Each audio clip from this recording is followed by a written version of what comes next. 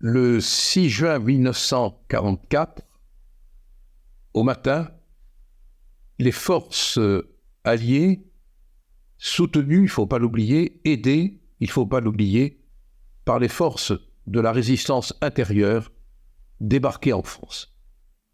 On commémore l'événement, et bien sûr, il est beaucoup plus facile de le commémorer que de l'accomplir.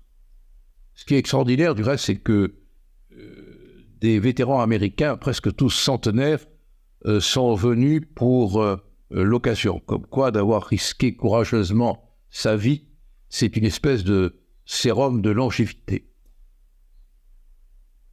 On venait d'entendre sur les ondes de la radio clandestine ce vers de Verlaine, « Les sanglots longs des violons de l'automne blessent mon cœur d'une longueur monotone ».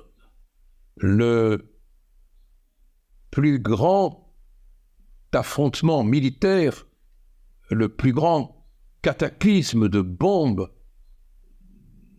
de morts, commençait par la musique d'un poème de Verlaine et finissait dans un ouragan de feu.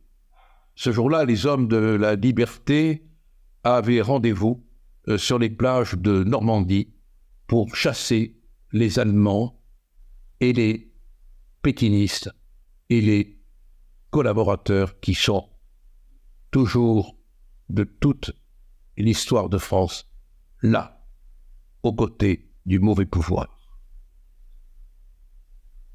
Il y avait aussi, et il ne faut pas les oublier, ils n'étaient peut-être pas sur les plages, mais ils mouraient ailleurs pour le même combat, les Ruskov, les Russes. Et ce serait une injustice humaine, historique, qu'en fonction des événements d'aujourd'hui, on oubliât les sacrifices réels d'hier. Le sang se mêle dans l'histoire. Et les Américains et les Anglais et les Canadiens et tous les autres qui ont versé leur sang rejoignent dans le ruisseau de l'histoire tragique le sang des Russes qui a aussi coulé.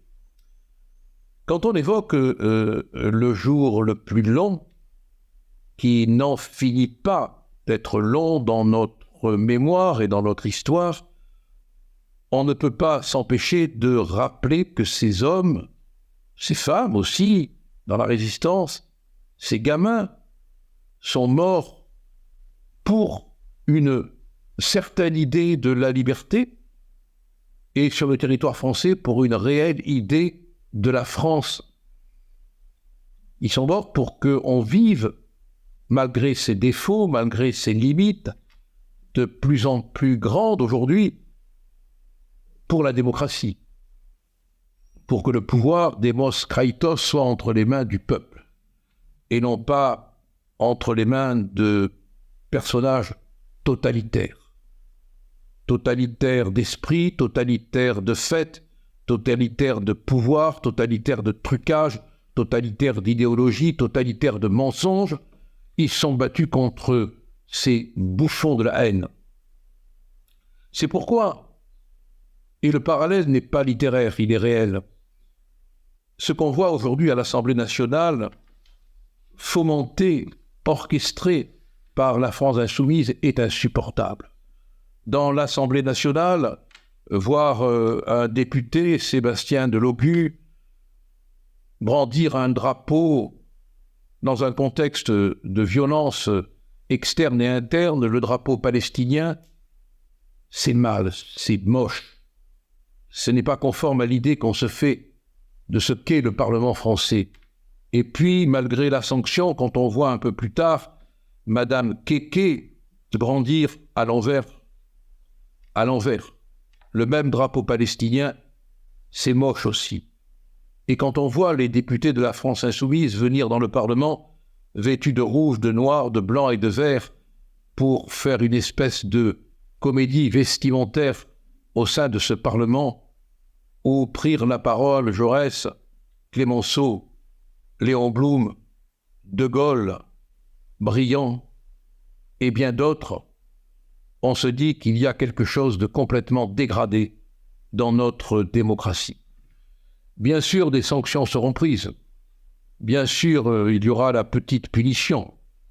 Mais cela ne change rien au fait qu'aujourd'hui, nous sommes en train de vivre, au moment même où on commémore le débarquement du 6 juin 1944, on est en train de vivre une dégradation, une détérioration de l'idée même de démocratie et de l'usage même que certains font de la démocratie, au point même de la corrompre, de l'abîmer et de la détruire.